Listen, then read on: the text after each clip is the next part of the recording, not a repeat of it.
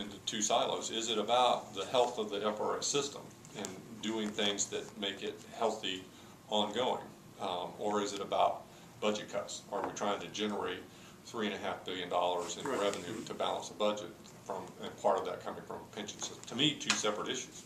There are a lot of things you can do so that the actuarial studies that are done on the FRS system each year result in us having a healthy pension plan. We feel we have one of the best in the country. So those things are over in this silo, and budget cuts and generating revenue are over in this silo, in my mind.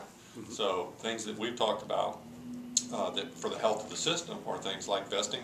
We talked that current employees vest at 6 years. It used to be 10. Do we change that?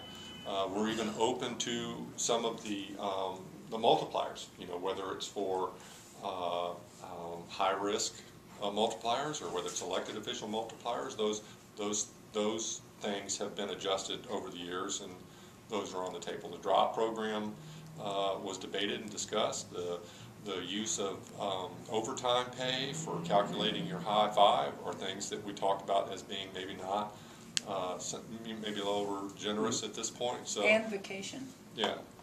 So, we reckon when the reports come out about the abuses of the system, and we all look at those, then we need to come up with things that avoid abuses. But for the average retirement program participant, whether it's a teacher or a police officer or a sheriff's deputy, who are making $40,000 a year and end up after 30 years of service, making half of their salary, those are to us not excessive benefits. It's those excesses that we read about that we need to address. So. How would you describe? I know you're having these conversations. By the way, this is Doug Lyons. Thank you. Thank you.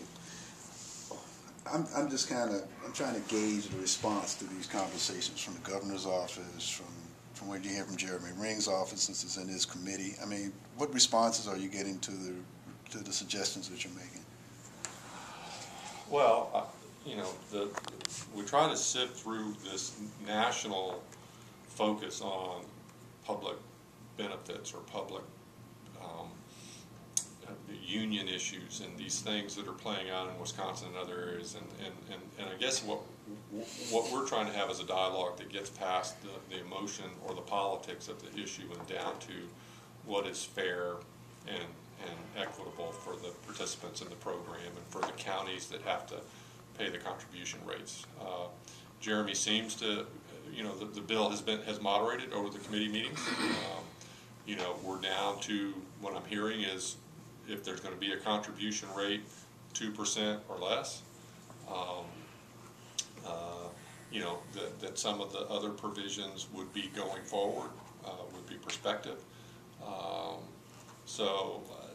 I think the folks that are having these debates are listening to people, us included, and hopefully we're not going to come up with something that really is detrimental to.